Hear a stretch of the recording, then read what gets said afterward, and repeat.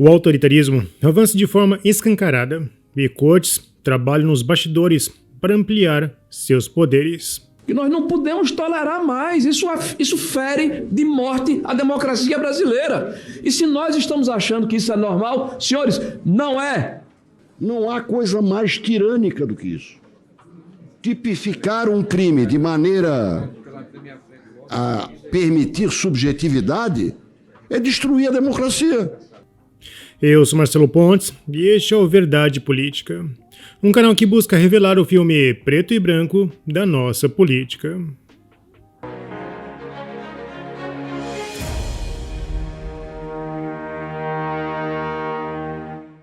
No Brasil, a liberdade de expressão é plenamente garantida, desde que você diga exatamente o que o juiz quer ouvir. O país que nunca foi exemplo de democracia passa por um fenômeno abrupto: a capacidade de aplicar a lei com a delicadeza de um bisturi ou de um facão, dependendo de quem está sendo julgado. A censura que antes vinha com fardas e prisões, hoje usa toga e despacho eletrônico. É moderna, elegante e, claro, sempre feita em nome da democracia, quer dizer, demogracinha. Redes sociais são bloqueadas, perfis são apagados, livros são proibidos. Tudo com o objetivo nobre de proteger a população dos perigos do pensamento.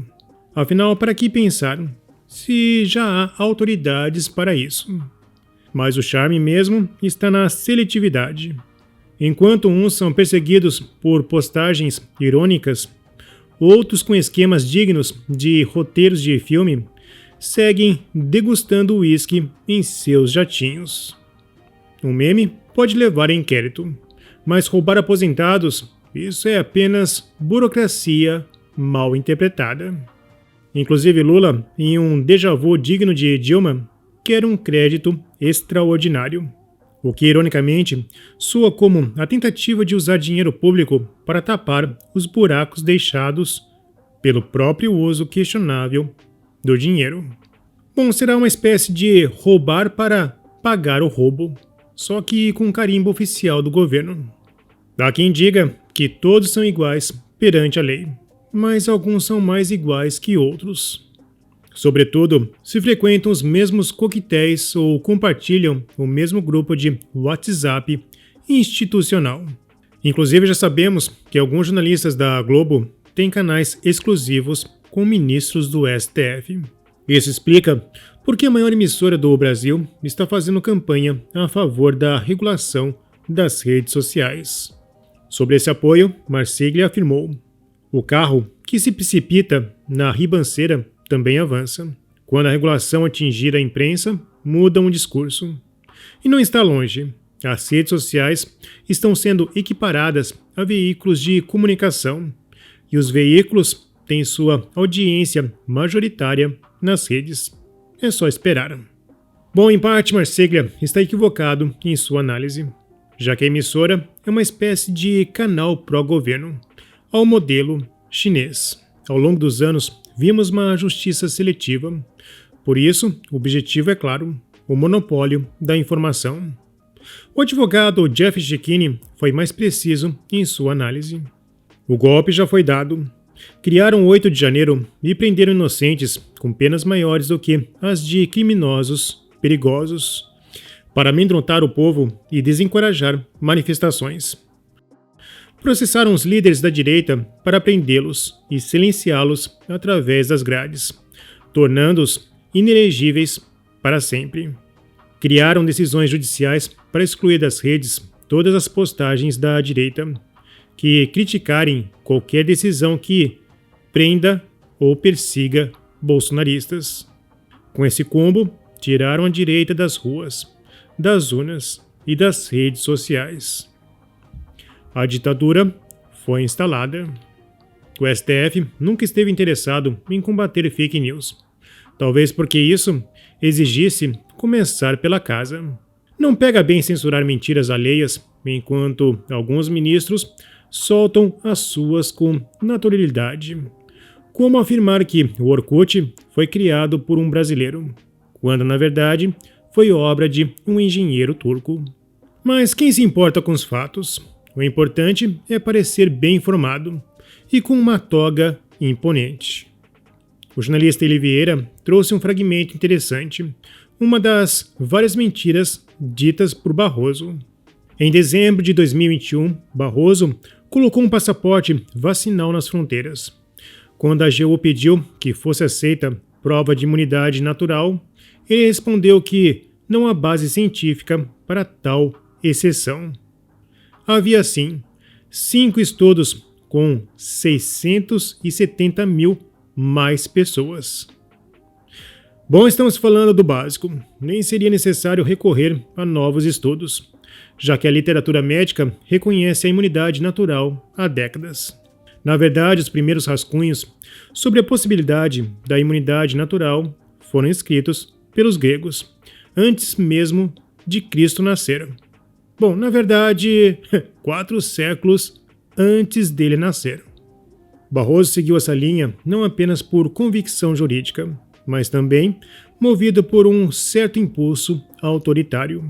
E, claro, pelo desejo de se posicionar como a antítese do bolsonarismo, que defendia a imunidade natural. O problema é que, ao tentar contrariar o discurso político, acabou contrariando também a ciência. E por isso, poderia ser chamado de negacionista propagador de fake news. Mas como o PT já repetiu mais de uma vez, tudo é válido para ganhar as eleições. E o STF conhece muito bem esse conceito. Sobre esse tema, o jurista Fabrício Rebelo afirmou: transcende o surrealismo ver que, em uma realidade de aceno explícito a modelos ditatoriais de controle social absoluto, com todo tipo de perseguição e lawfare contra um espectro político, ainda existem pessoas analisando cenários eleitorais e apostando no voto como libertação. Bom, e é por isso que o voto auditável voltou à pauta. Em 2021, quando a Folha publicou que apenas Brasil, Bangladesh e Butão ainda utilizavam urnas eletrônicas sem comprovante impresso do voto, o barulho foi inevitável. A comparação constrangeu, e com razão. Não é todo dia que um país se vê lado a lado com Bangladesh e Butão, como referência tecnológica e eleitoral. E agora com adendo, Bangladesh também abandonou o modelo. Agora é só Butão e Brasil. Bom, a página do TSE buscou desmentir a afirmação distorcendo a própria informação. Ela fatiou o conteúdo, afirmando que há modelos eletrônicos pelo mundo. Porém, a matéria fala em voto impresso em urnas eletrônicas que são usadas em todo o território nacional. O TSE piorou ao afirmar que, em Butão, há também o voto em papel e que nos Estados Unidos, algumas regiões têm o voto eletrônico. É o velho malabarismo para manter o monopólio da informação. Ao longo dos anos, criou a cultura da sacralização da urna. Ninguém pode mais questioná-las. Até Arthur Duval, reconhecido pela frase "vamos questionar tudo", apoiou esse modelo ao defender a censura ao argentino que apontou falhas estatísticas. Porém, há aqueles na esquerda que, mesmo sendo socialistas, admitem que há um problema. Requião, apoiador de Lula, afirmou: não consigo entender essa absoluta sacralização das atuais urnas eletrônicas. Esse equipamento deve ser constantemente analisado e, sempre que possível, melhorado, como qualquer equipamento eletrônico existente no mundo hoje. É curioso que o mesmo sistema que duvida dos algoritmos do Google e da Meta, no caso Nicolas Ferreira, ou seja, no seu alcance, exige que todos acreditem no sistema produzido pelo TSE. Em uma democracia, não basta que as eleições sejam supostamente seguras e justas. É essencial que as pessoas acreditem que elas são realmente. A confiança pública no processo eleitoral é um dos pilares da legitimidade do governo eleito. É por isso que o convencimento do escrutínio público, ou seja, a capacidade da população de verificar, entender e aceitar os resultados, é tão crucial. Quando o sistema eleitoral é opaco, ocorrendo apenas na Matrix, ele abre espaço para desconfiança, teorias e rejeição dos resultados. O eleitor não quer apenas apertar um botão e esperar um número mágico final. Ele quer saber como aquele resultado foi obtido. E, claro, ter meios concretos de auditar o processo, de forma independente, não apenas confiando na palavra de uma autoridade que nem sabe como a urna funciona. É importante entender que a maioria dos países que testaram ou adotaram urnas eletrônicas acabou abandonando o modelo, e não por causa de provas de fraude, mas sim por um motivo mais sutil e profundo: a impossibilidade de auditar o voto eletrônico puro. As urnas eletrônicas, quando operam sem registro físico do voto, tornam a recontagem algo inviável. Se houver uma dúvida sobre o resultado, não há o que contar, apenas confiar no que o sistema registrou. E como a tecnologia é complexa e opaca para os cidadãos comuns, esse modelo exige um grau de fideísmo completamente cego em seu código-fonte e em técnicos que o TSE diz que são especialistas. Países como Alemanha, Holanda e Irlanda recuaram do uso de urnas eletrônicas sem voto impresso justamente por esse motivo. Os tribunais constitucionais, como no caso alemão, chegaram a afirmar que o processo eleitoral deve ser compreensível e auditável por qualquer cidadão comum, e não apenas por especialistas em informática. Na CCJ, o novo Código Eleitoral foi debatido.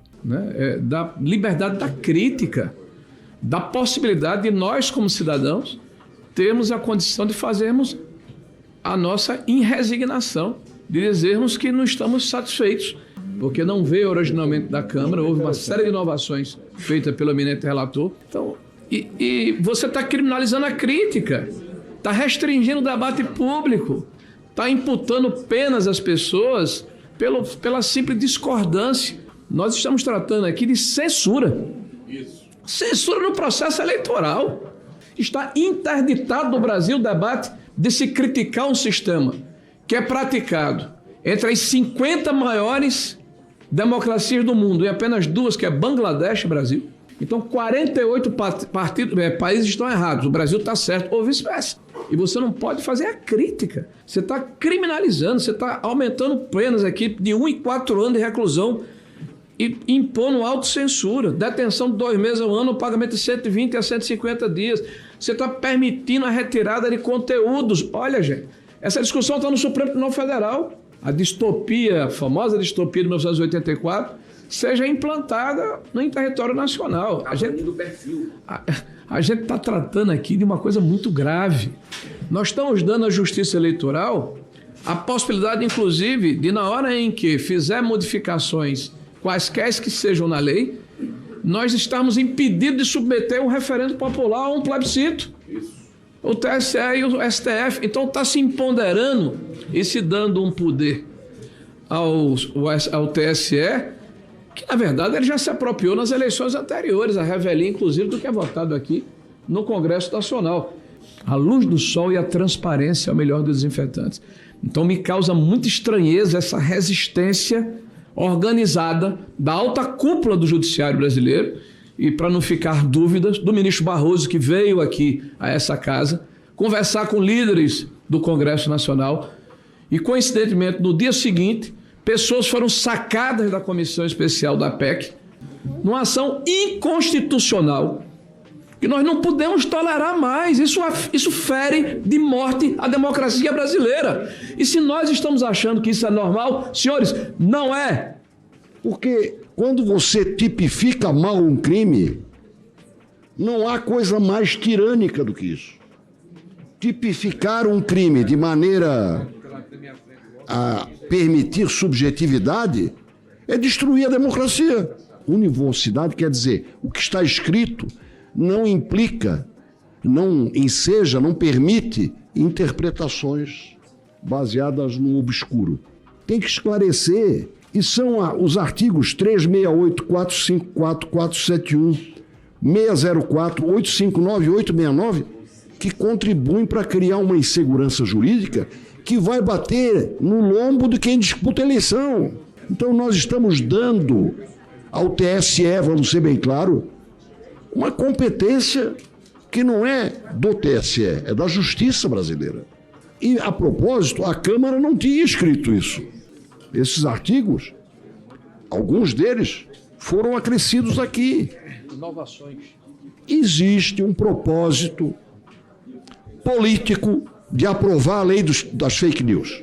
Cada vez que passa um projeto de lei onde caiba, tem um combo pronto. Tem um combo. E, finalmente, eu quero falar um pouquinho sobre o destaque do meu partido. Eu queria chamar a atenção para duas questões em função do depoimento que eu prestei na sexta-feira retrasada ao próprio ministro Alexandre de Moraes. A Polícia Federal apresentou ao TSE, em 2 de outubro de 2018, um trabalho solicitado pelo TSE, tinha 14 recomendações. A recomendação número 14, recomendamos que sejam envidados todos os esforços para que possa existir o voto impresso para fins de auditoria. E não prenderam ninguém da Polícia Federal até agora. E por mais maduro que sejam os softwares, eles sempre possuirão possíveis vulnerabilidades e necessidade de aperfeiçoamento. Não basta ser seguro, ele precisa parecer seguro e transparente para o cidadão comum sem conhecimentos tecnológicos. A impressão na ECP, na emissora de cupom fiscal, aquilo ali é uma emissora de cupom fiscal. Isso faz na Índia, faz no Paraguai e faz na Venezuela. O sujeito confirma e cai ali dentro. É para fins de auditoria, que tem 1 bilhão de eleitores. Se se constatar uma irregularidade, o voto será resgatado. Coisa que não aconteceu, e aí eu encerro. Em 2014, na urna 458 da cidade de Içara, Santa Catarina, uma urna com mais de 400 votos, engripou. Já tinham votado 287 eleitores. O final da história. Foi dado perdimento em sentença transitada em julgado dos 287 votos. Como é que ele é auditável, então? Bom, atualmente 6 em cada 10 brasileiros não confiam em Lula, diz IPEC. A avaliação negativa bate recorde. Lembrando que o IPEC errou 14 pontos a favor de Lula na última eleição. O voto auditável é imprescindível, pois ninguém quer ter novamente um presidente suspeito.